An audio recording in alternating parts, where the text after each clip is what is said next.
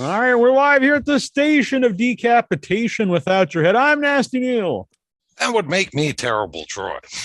And we're joined by Emmy Award winning actress Patrika Darbo. It's very nice to have you here. Welcome. Thank you very much. Thank you. Yes, we need a fun name for you to fit in. A good P. What's a good P word? An evil P word. All right.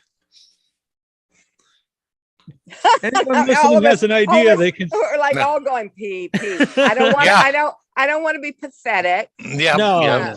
Not pitiful. Then. No, I don't want to be anything like that. Yeah. Don't be a victim. Psycho's a P word, but does it's not psycho, so it doesn't quite work. You see, if we do the last name, we could do like Dangerous Darbo, Right. or Devilish Darbo. Deadly, something like that. I think that works. That's pretty good. Yeah. I'll say to my husband, what's a good evil name starts with a P for me?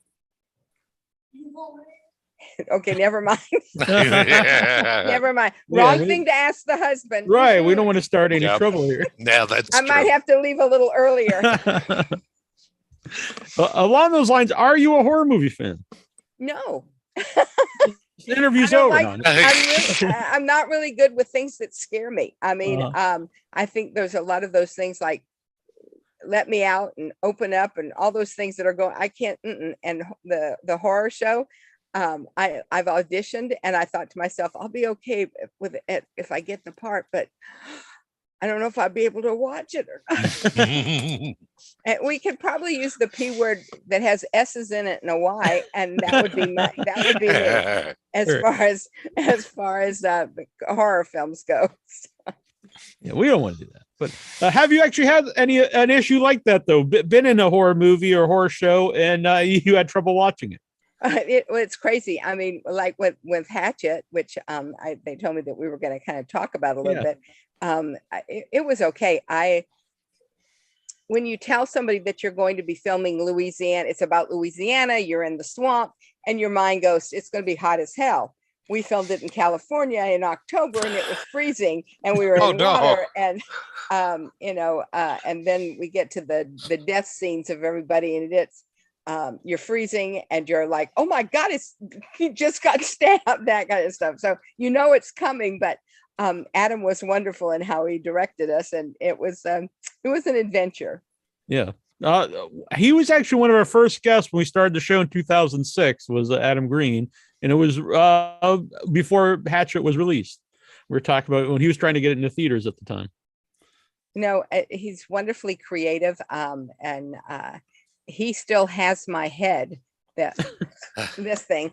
He still has my head in his office and stuff. And somewhere I took a picture of it. I don't remember, but hopefully you have some listeners right now. And I can say some gentleman just wrote me and asked me to sign something that he created of me being killed and also married with children. And I cannot find that message now. So could he please resend it to me? And I need to say that I don't like to be responsible for somebody's priceless artwork. Right. I could have it sent to my publicist, which I will give him an address and everything. And if he wants to do it that way, I just don't want it coming to my house and losing it amongst stuff or my dog eating it. And like she ate my homework when I was a kid, You don't want anything bad to happen to somebody's artpathing or something they've gotten something in the past. Yeah. So, that's very nice. Please send it to me again and we'll see what we can do. All right. Very nice. Seamus says pernicious, Patrika. Pernicious. Pernicious. Well, that's better than the SS one. Very true. And I don't want to be psychotic, but wait a second. I want to know, was he there with his dictionary? Let's see what we should do. Yep. Got the thesaurus on hand right there. He comes up with pernicious and the rest of us are like, what the hell's going on like that?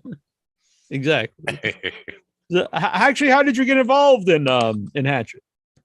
Well, I got involved because I got an audition to go and read for Adam and couple other people that were there. And I guess I was the best screamer and stuff in the or fit what he was looking for. But I did get the part. It was fun. And it was my husband in the show. We played Mr. and Mrs. Claus opposite each other for another time. So there's a dichotomy for you going from Mr. and Mrs. Santa Claus over here to the Promatios getting killed by So yeah, that's the nature of this business, is you never quite know who or what you're going to be playing next time. Mm-hmm. So was that part of the audition? You had to scream? Oh yes. Again, you're reading the dialogue in the script, and it was like, your husband's killed and you scream, and so I can always say to an actor, if you want the part, do what it says. I mean, and a lot of times be a little bigger, because they know at this point they can calm you down. Sometimes they don't know if they can bring you up. So a lot of technical things, because I'm old. Yeah. How about Kane Hodder on set? Who played he wasn't he's first of all, he's a doll, so let me put it that way. He is not like this, and he's not like not talking to people and stuff, but he as an actor, for him, he doesn't like to socialize. He doesn't like people to see him beforehand and stuff like that. But when you're reading stuff, or when you get there early and you're having coffee or something, he very polite, very nice, very warm, but a vicious killer. Yeah, I was actually asked about that, because in his book he talks about he doesn't like to have the cast see him out of character. No, and I think that we have different performance with the way we do things as actors, and in a method thing like that. If you're going to kill a bunch of people, you don't want to be friends with them, because it can maybe change what's happening and what you're doing. So that's a good actor's choice that he made, and he's quite successful at what he does, of scaring the hell out of you. Yeah, he's very nice. I know, we've met him too many times, and I had him on the show. He's very nice. He does have in his book, though, that I don't think he does anymore, but he used to, maybe I shouldn't say it, but it's in his book, so it's public. He used to go into different cast members' rooms, and he would pee on their stuff. Very bizarre thing. But hopefully that didn't happen. Let me put it this way. We were all so cold and wet that we'd probably been warm had he done that. Well, there you go. It's always good to look on the bright side. I always look on the bright side.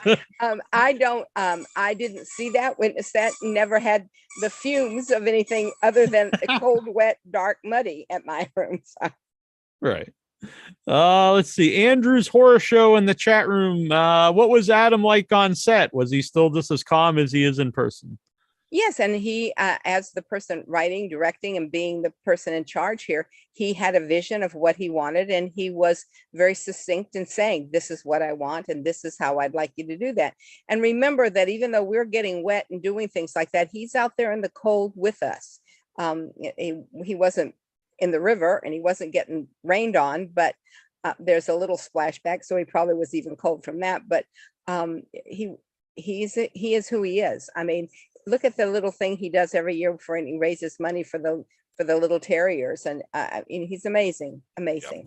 Yeah, he's also from Cape Cod originally, not far from me. He's from Hyannis, I believe. So he was probably more used to the cold than the rest of us. Yeah. He's like, this isn't cold. What are you talking? Yeah, I was born in Florida. Anything over 75 degrees, I'm cold. How about filming the death scene? It is a very iconic death scene, very memorable. Well, again, it's cold and wet, and first of all, I see Richard get killed first, so I'm in that frame of just having seen that, and don't forget, there's no way he's going to rip my face, but we did several takes of me being on my tippy toes and lifted up with his nasty hands. And now that I know that he was peeing on stuff, I don't know what was wrong with his hand. Right.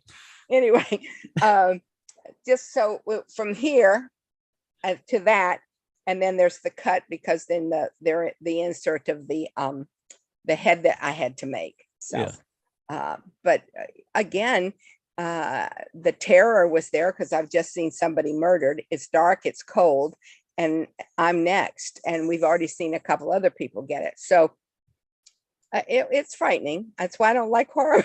That scared the hell out of me. How about when you first see the finished movie and you see that scene? Oh, I'm sorry. When you see the finished film and you see the scene of you getting your head ripped off. Okay, Neil, this is me at horror movies. Is it over yet? Has he done it?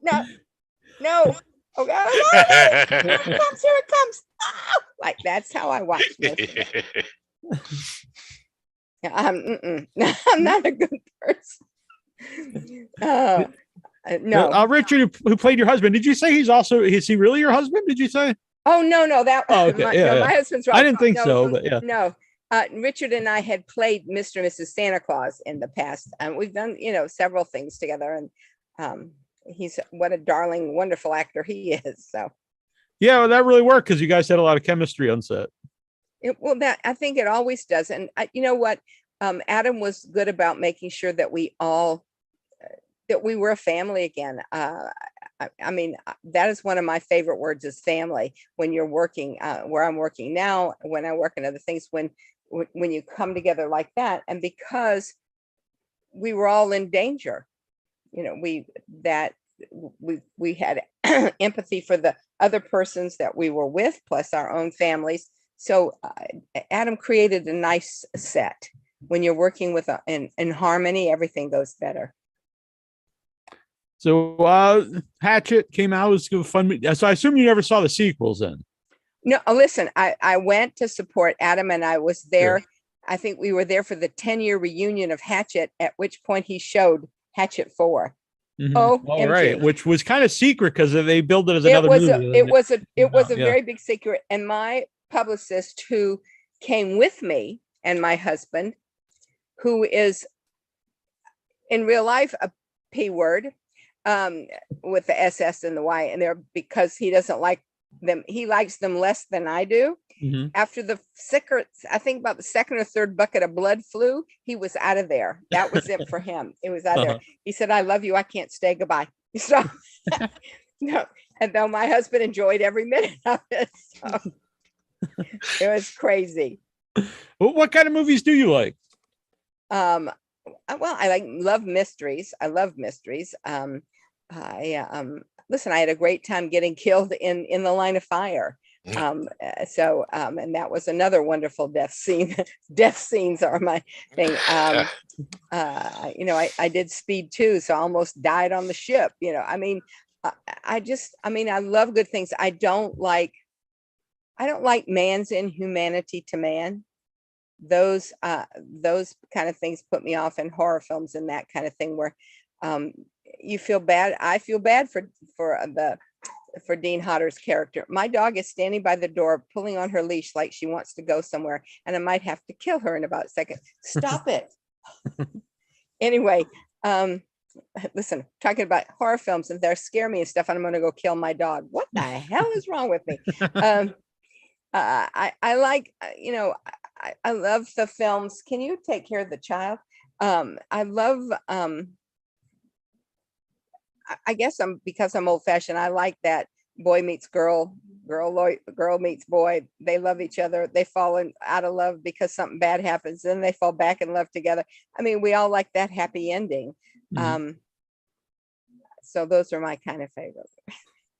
By the way, David here says, thank you, Patricia. I am the Married with Children Hatchet Obsessed fan who wrote you, and he will email. David, please resend it, because I have no idea if I pushed the wrong button. We'll talk about, maybe I'll have you send it to my publicist, because I don't like to be in charge. But thank you for coming back. Yeah.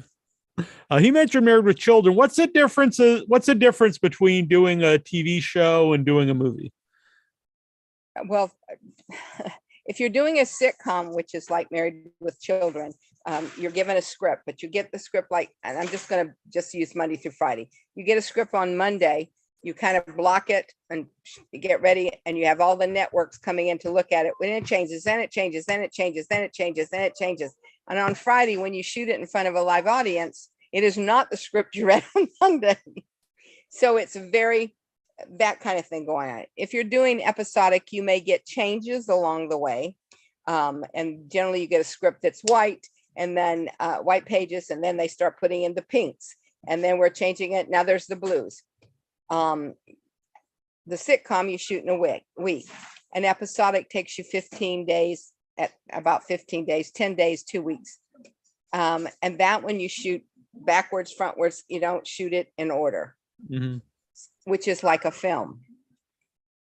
You may shoot like 6 pages in one day, maybe even more, because episodic is faster. In a feature film, it takes months, and you do 2 pages a day or something.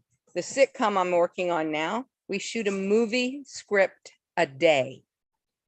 So any point in time, any one of us actors may have 30, 40 pages of dialogue that we have to have memorized. For that one day. Wow. For just that one day. And it's done, it's shot in one day. You shoot it, things take different places in a soap opera. In other words, sometimes they're in the bar, sometimes they're in the pub, sometimes they're here, sometimes they're there. So for an actor, you come in, and if you're in the pub, you shoot the scenes that you're in the pub. Then you may have to stay till the afternoon to shoot everything that's in your house, but you shoot the entire script in one day. So again, it's kind of the hardest work I've ever done, especially because you do have to have it memorized. And it's very fast because you're shooting that way. So you don't get a lot of takes. You need to be prepared and know your dialogue. So a lot of times I don't ever leave my sofa. I'm like, and then like this. So yeah, it's along those lines. Do you think soap opera actors don't get enough credit sometimes? Oh, definitely. And I think a lot of times people think they're not as wonderful as somebody in a film, or not as wonderful as somebody in a sitcom or an episodic, but people don't realize that they don't have the time that a lot of times. I mean, it's like for a performer, you can say, hi, how are you, 15 different ways. And it depends on what the other actor is saying to you, how you're going to respond and what you're going to do. You don't have that luxury of time to figure out which is the best way. You have to make a decision when you're learning the lines, and you go from there. Sometimes the producer will come in and say, I would prefer if you kind of did this to this because it helps. So you'll get some direction, but it's still very, very fast. And I don't think that a lot of the soap people get the credit that they're due. Before you worked on the soaps, did you, I guess, work on the soaps? Did that change how you looked at the other actors in soap operas, or even just the genre? Well, it's for me, it's kind of different, because when they asked me to be on a soap, I had done General Hospital in the 80s, and I had been a waitress in a thing. So I served beer and peanuts, and I kind of had, in those days, you kind of, on Friday, you had dialogue that kind of explained everything that happened, so that everybody was caught up, and Monday new stuff was going to happen. So when I was asked to be on days, I thought I was going in there to serve peanuts and beer and do explanations. I got there, and suddenly I was the full-figured bitch goddess of daytime. I had this hunky husband. I was doing bedroom scenes and stuff, and I was in shock. And I suddenly went, all of these, I'm memorizing all 40 of these pages, and then there's 40 more pages tomorrow and 40 more pages on Wednesday and Thursday that I need to do, because we're shooting 4 scripts this week. Yeah. Right away I went, holy crap. Sorry, pardon me. But yes, I was great respect for them. Because even though my little parts, I had a lot of dialogue, I was only one person filling people in. You start taking in how many other characters are there, memorizing everything. And I was only getting my pages, not the full script. So it didn't dawn on me that even though I had 6 pages, there were 100 in the script. So a great deal of respect for the people I work with. Absolutely. And soap fans are really, really passionate and loyal. Do you have any interaction with the soap fans? They're the most loyal, wonderful people on the face of the earth. And we go into their homes every single day. So we are not actors, we are family. When I first started on days, I got slapped in a park by 2 little ladies who afterwards asked me for my autograph. And I was like, you just hit me. We just hit Nancy Wesley. You're Patrika, now sign this for us. So it's like sometimes they forget who you are and what you're doing. But I have fans who have become very dear friends. I've had Thanksgiving dinner at one of their houses. Wow. Her husband has since passed, and I adored him. I have a very dear friend who's coming down for an event in Burbank this weekend for a day's event, who just lost her dog. And, all those things we know about and we talk about, and we know them, their family. No, that's a very nice story to hear. So, how did you get involved in voice acting? I was just asked to come and it's so interesting. A lot of times when I do tapes, I don't get a part because they're just listening to 15 voices. There's no faces and stuff.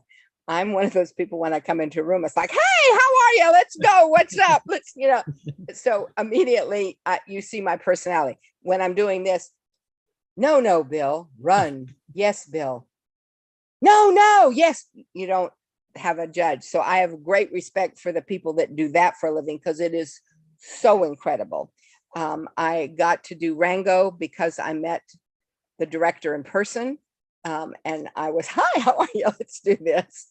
I was a member of a loop group that did the fill-ins for like Babe. So we did all of the sheep and the chickens and the other things that were going on there. But that's kind of how we've done that. I've done a couple commercials, but again, it's not my forte. And I've been very blessed to have been invited to do those things. Oh, when you do go to do the voice, do you ever dress like the character at all? No, truthfully, no. Usually if you're in the booth, a lot of times you're still in your pajamas because you don't have to leave home anymore. That's a plus. Most like my Bob Bergen, who is the voice of Porky Pig and a ton of other voices for Warner Brothers, plus other things. He has his own studio in his house, and he probably is in his pajamas or sweats, and when he does his work and things like that. When we did Rango, it was a kind of a different story because we filmed on a sound stage and we did everything live, and we were all given like bonnets for the ladies and guns and holsters for the guys, and we all learned to dance. The entire cast is dancing, which is going to be animated later. So it was a whole new approach how they did that. And at one point I can remember Johnny Depp, the director whose name just left me, said to Johnny, I want you to do this and I want you to do that and think about doing this. And Johnny Depp turned to all of the rest and he said, isn't this animated? It was like, yeah, it's animated, but this is what he wants you to do. Kind of thing. So, but another wonderful experience working with great actors. And it was a whole, I really, truly, when I have these times I get to talk to people like you on podcasts and stuff, I start talking about my career, I realize how, not to say that I haven't worked hard to be where I am, but how great my career is, and I'm still going. I'm going to be the next Betty White. Hey, they doll. What's that? I love that. That's great. Yeah. What drew you to acting? When did you decide like this is something I want to pursue? It's funny. My mother said I was Sarah Bernhardt all my life, and that I came out of the womb acting. So, but I'm a lousy waitress, so I had a 9-to-5 job for a long time. But this was always my passion in school, college, coming out here. I met my husband in community theater. It's always been in my blood to do. You mentioned, you like the, I guess, kind of romantic comedies or romantic films. So what were the movies? What would you say are your favorite movies? Oh, gosh. While You Were Sleeping is one of my favorites. So now you put me on the spot and I can't think of anything. Think of anybody in the movies and stuff. I'll tell you a ghost story that I love that's never been remade. And if they remake it and screw it up, I'd have to go with a knife and become a hatchet person.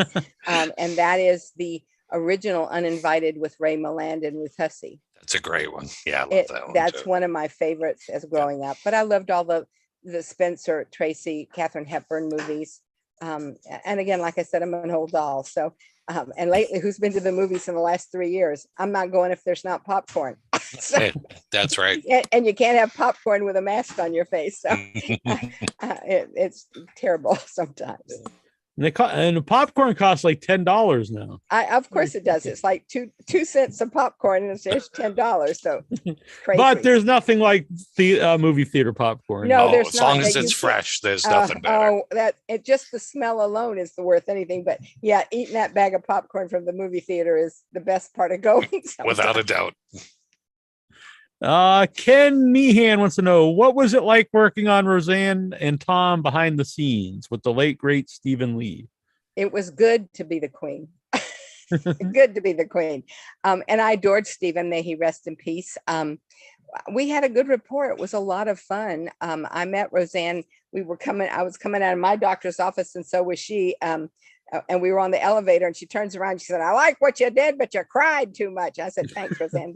But I also got to play Dan's dream lover on her show, which was fun. And so I'd been to when they had the DVD release of the shows.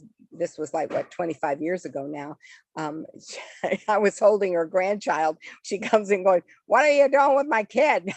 So she was great. I'm sorry that things have not worked out for her at this point, but you know what? She was a comedic, and still is a comedic icon. So I would say that's one of my favorite sitcoms of all time, Roseanne. I have it up there with All in the Family. It's like one of those things that, listen, if it started today, it wouldn't happen. You know, I mean, and it's truly amazing that the Connors is still on. But I think it's because the family, everybody knows that family. As you said, it's right up there with everything. And I had a great time there on the show, and also being able to play her. So one of my, I guess it would be called a horror comedy, is The Burbs, and you're in The Burbs. Amazing cast, everyone in it's hilarious. So it's a great how cast, fun was that? Yeah. It's so fun, but what's so interesting is that I really, if you think about it, I got billing because that was my agent going billing, and this is what she gets and stuff like that. And basically the director asked me, he said, "I want you to get out of the car, see your house on fire, and just start talking and raving." So basically it's me in improv class with my suitcases and looking at my house burning down. So I had a great time, and who knew at that point? I didn't interact with anyone. I mean, I was all by myself, just yelling at the fire. And that is just, and I'm part of the film, which is a fabulous. Same director for Gremlins 2.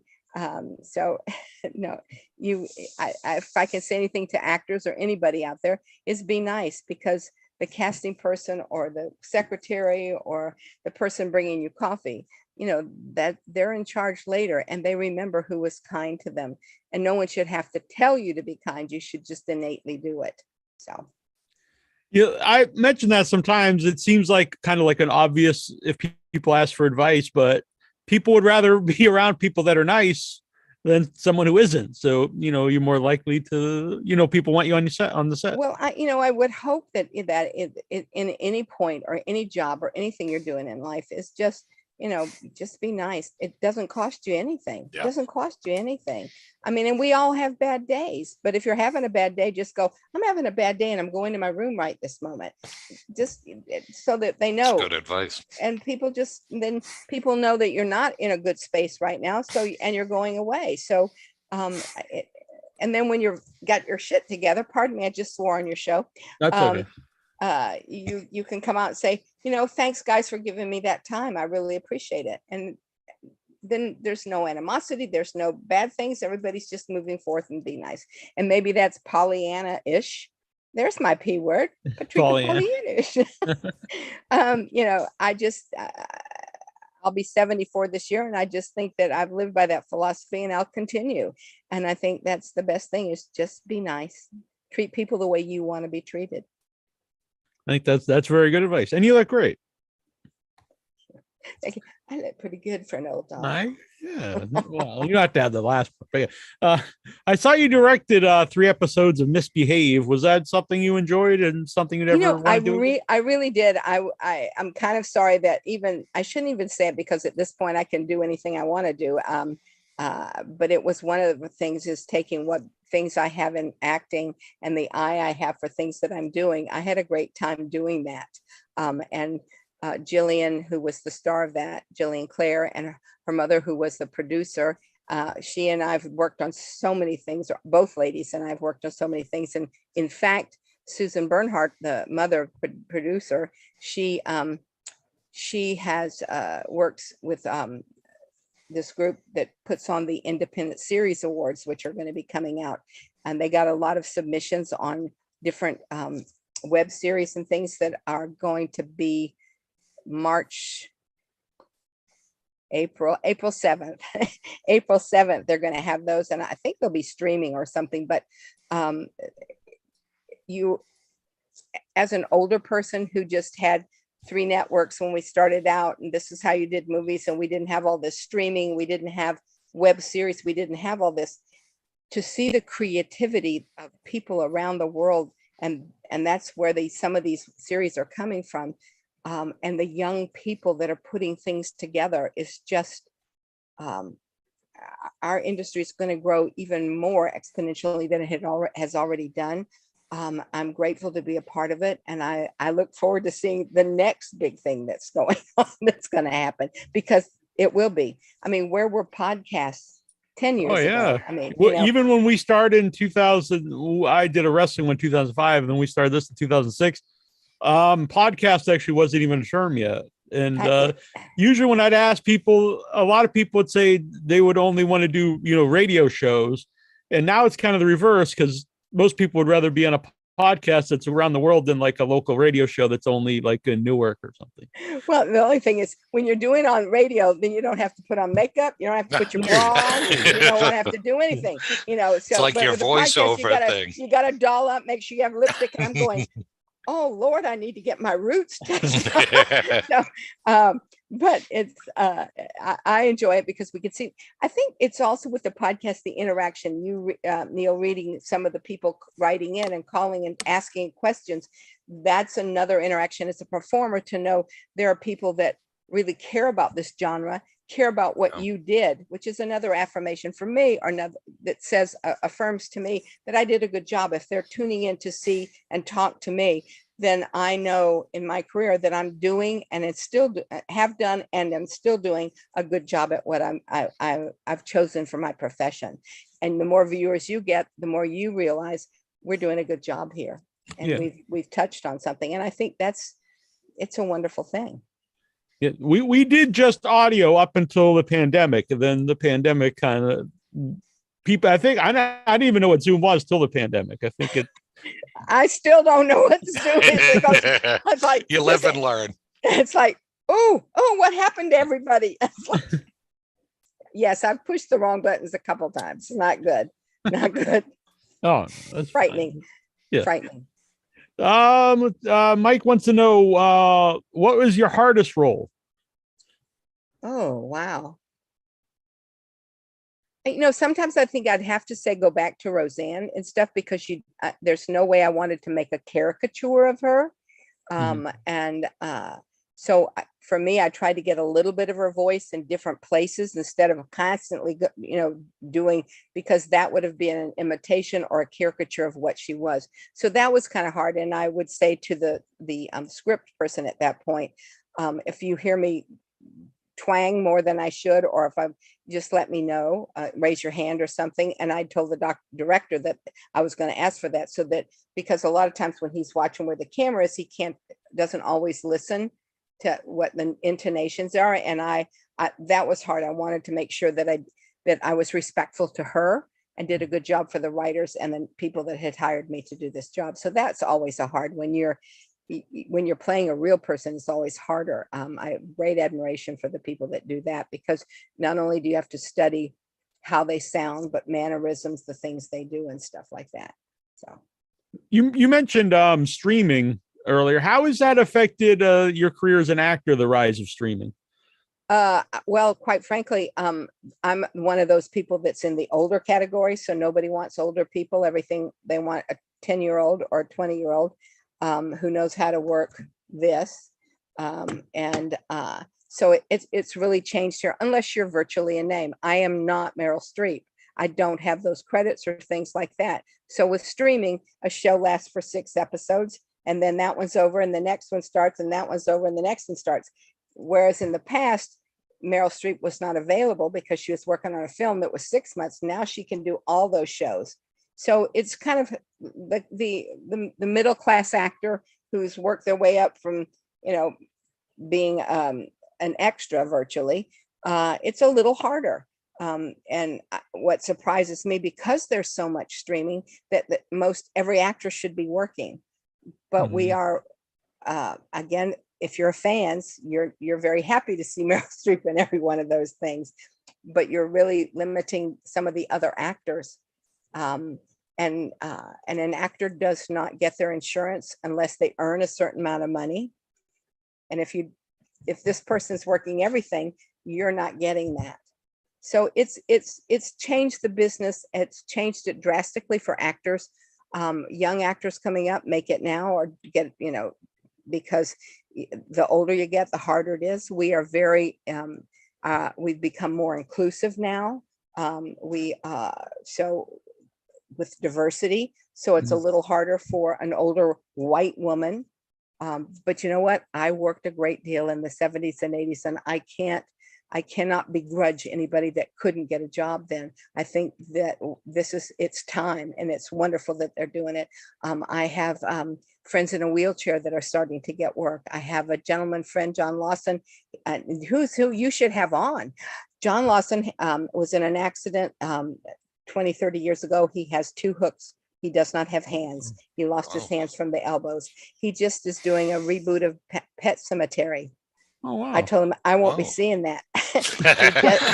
You wish him the best, but he just did another film called Daruma. I think I'm pronouncing it right, which is all about disabled. And disabled is such a poor word because they're not disabled. They may not have everything we have as an able-bodied person, but they're not disabled by any means. I have a friend who is an agent who now deals with a lot of deaf and disabled people and stuff like that. He and his family are deaf.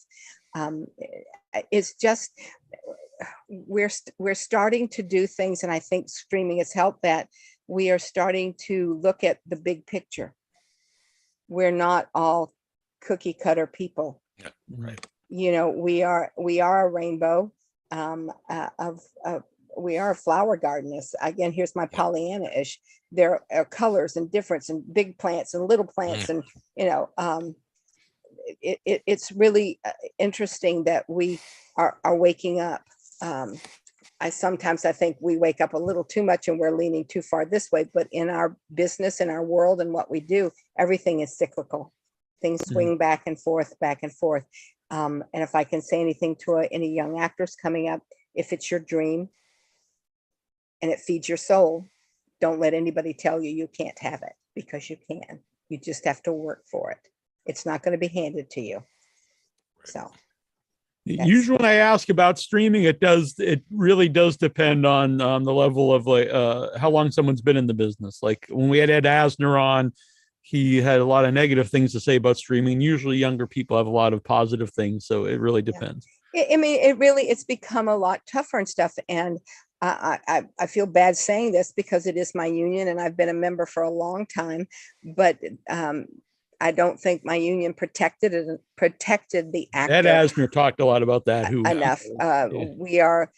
We're basically screwed in some things. And again, like I said, you can't get enough money to get your insurance. And if you're only being paid $300 to do a streaming thing, if you're one of the lower echelon actors on there, there are a lot of things that are being done, new media, where people are working deferred or they're only getting paid $125 a day. Do you know how many shows you have to do for $125 a day to make your $30,000 for insurance?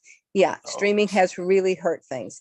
And for me personally, and I'm sure Ed said this too, people turn the TV on and listen, I better preface this right.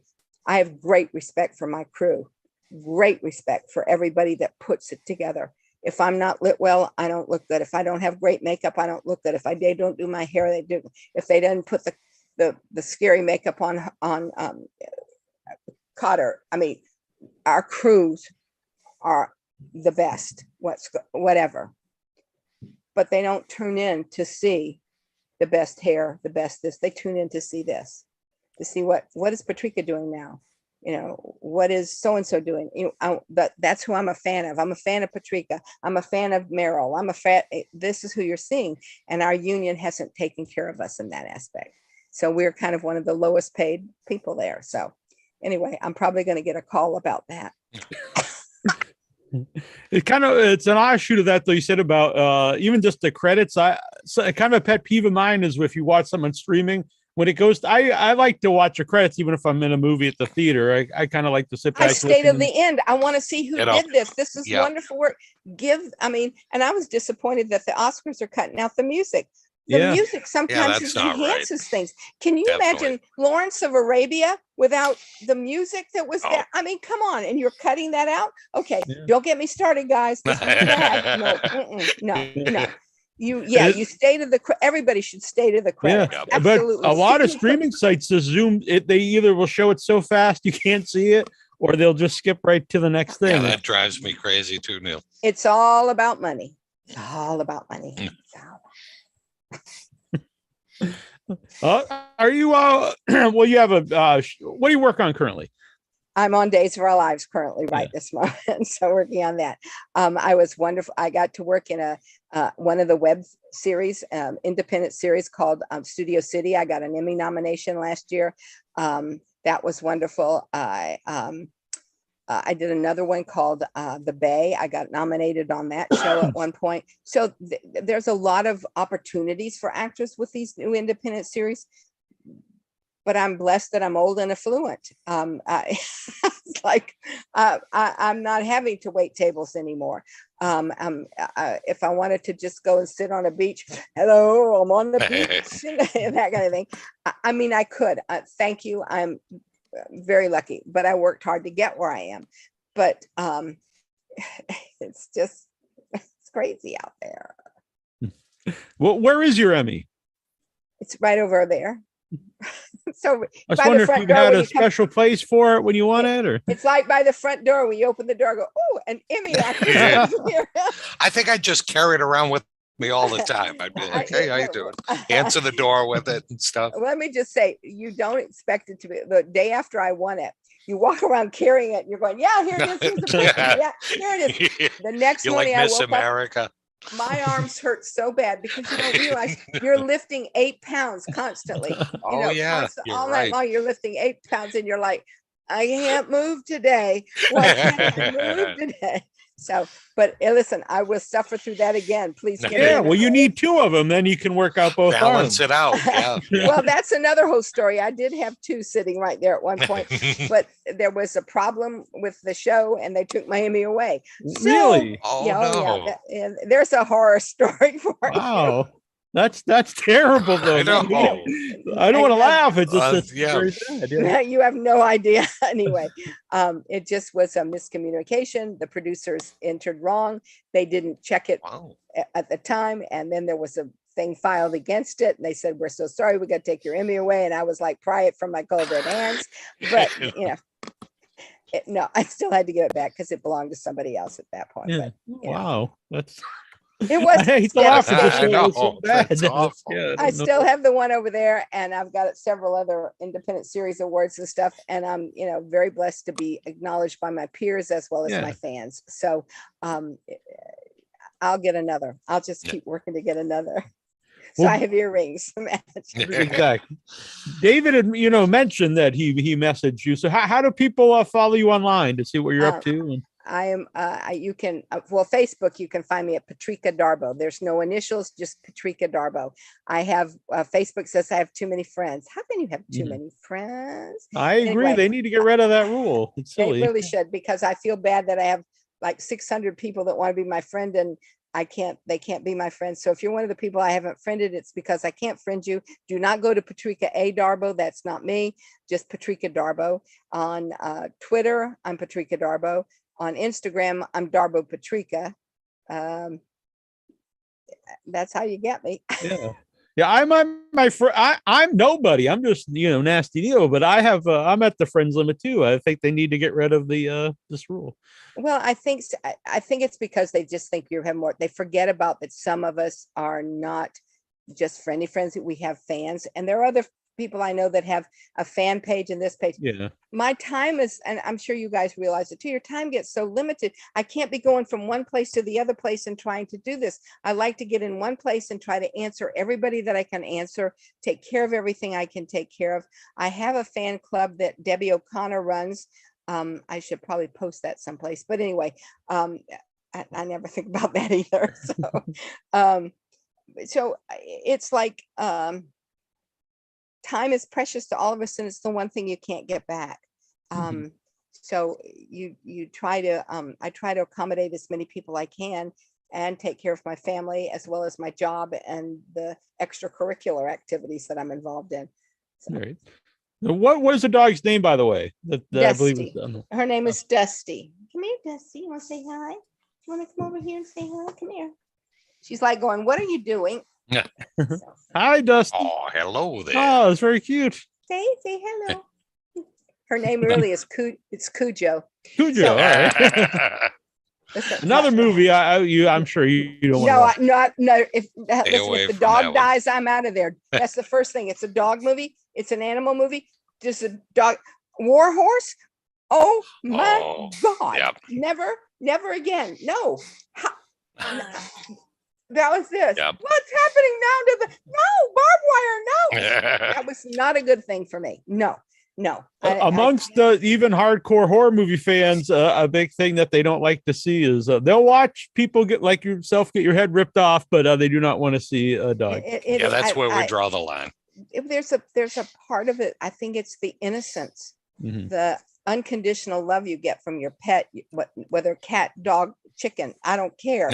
There's an unconditional love there that we don't want to see that happen.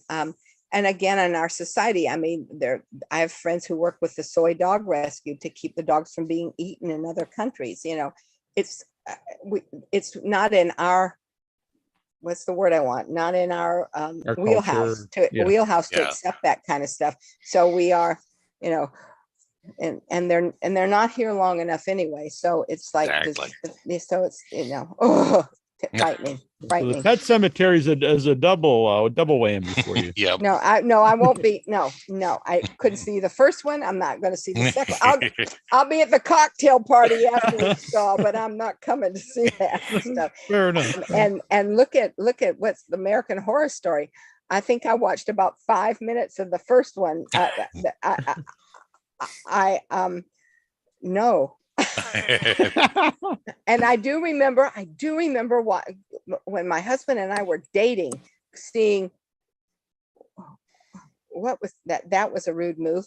I'm gonna cut that out for Friday night. Yeah, don't do that. Friday the 13th. Is that the one at the camp? Okay. Is that the one at the camp? Yeah, yeah. Oh my God. And what's the blonde actress, the older actress that was the mother? And Betsy Palmer. Oh Yeah. my God. Oh my God. And the knives come out through me. No. And I'm sitting there going, why is this man taking me to stuff like this? Not a good That was thing. the red flag, right? The red flag. Honey, we've been married 48 years. We've been married. So I put up with his shenanigans. He puts up with mine. So crazy. Yeah, it worked out, I guess. It all worked out. Yeah. So I always tell him like this: second marriages are the best, and you're only my first. But he's my one and only, so it's good. Yeah. Well, this has been very fun to talk with you. That's been great. Thank you. Thank you very much. And I'm sorry the other young lady can't be here. And what was the gentleman's name? Is going to email me again or whatever he did. David Snowball. I'm not sure I say the last name. Well, I'll be looking for David somewhere in my phone that I deleted or pushed the button wrong or something. No. So anyway, but guys, so Troy, don't be late again because otherwise. All right, fair enough. Are you in Massachusetts also? Yeah. I'm a little bit farther away from Neil, but You were in the also cold, Mass. driving in the cold weather or something. Is that Well, there? playing with the dogs actually. Oh, then it's okay if you were playing with the dog. It's Yeah, fine. yeah, He's got an excuse then. yeah. I got Okay. three Got three crazy very nice Shih dogs, Tzus. yes. Yeah. Well, guys, it's been fun. I don't think that I'll be back because I don't do a lot of horror. But anytime But you never know. just ask me and I'll come back again for sure. All Thank right, you. sounds All right. good. It's Thank been you. great. Thank you All so right, much. guys, I have to figure out how to leave. There's All right, I'll why. check you out. Oh, There's no a- escape. Wait, there's the button. Leave. Okay, this is that other thing, like no way out. Oh God. Yep. You can only get in. You Now can't get back out. maybe that's a movie we should do. Something about you're stuck in a You're stuck in- podcast you can't get out of. Yeah. Anyway, I guys, much hope our guests success. don't feel that way. No, I don't think it's that, but it would be kind of a thing. It's kind of like what I have a friend who likes to go to those those rooms you get locked into and you got Oh, the escape rooms. Yeah. Oh, Oh, Lord yeah. help us. No. That does not sound appealing to me. No, I No. can't. That I'm too claustrophobic for that. No, that would make me crazy too. Yeah. But anyway, much success to you. Thank you so much for Thank having you me very here. Yeah. Thank you. And listen, I forgot to say, if you email me at Toto, Toto fans, Toto fans at yahoo.com, I try to answer everything. No, you may end up in spam for a while, but I'll find you. I try to answer whatever I can for you. Better to get me on Instagram or Twitter, because again, things get lost. And I, as David can attest to, because I'm computer illiterate. I'm just old. I mean, I don't get it. Why can't we just talk to each other and write a letter? What is this? Anyway, We're gonna start the letter pod. There you The go. correspondence, like in But I a week, we'll wouldn't- get the listen. answer to this. But if we did that, I wouldn't get to meet you two and really say thank you, and thank you to all the fans. So anyway, I'm going to shut my mouth and say leave. Bye, guys. Thank Bye you. bye. I thank you so much. Thank you. Bye, Dusty.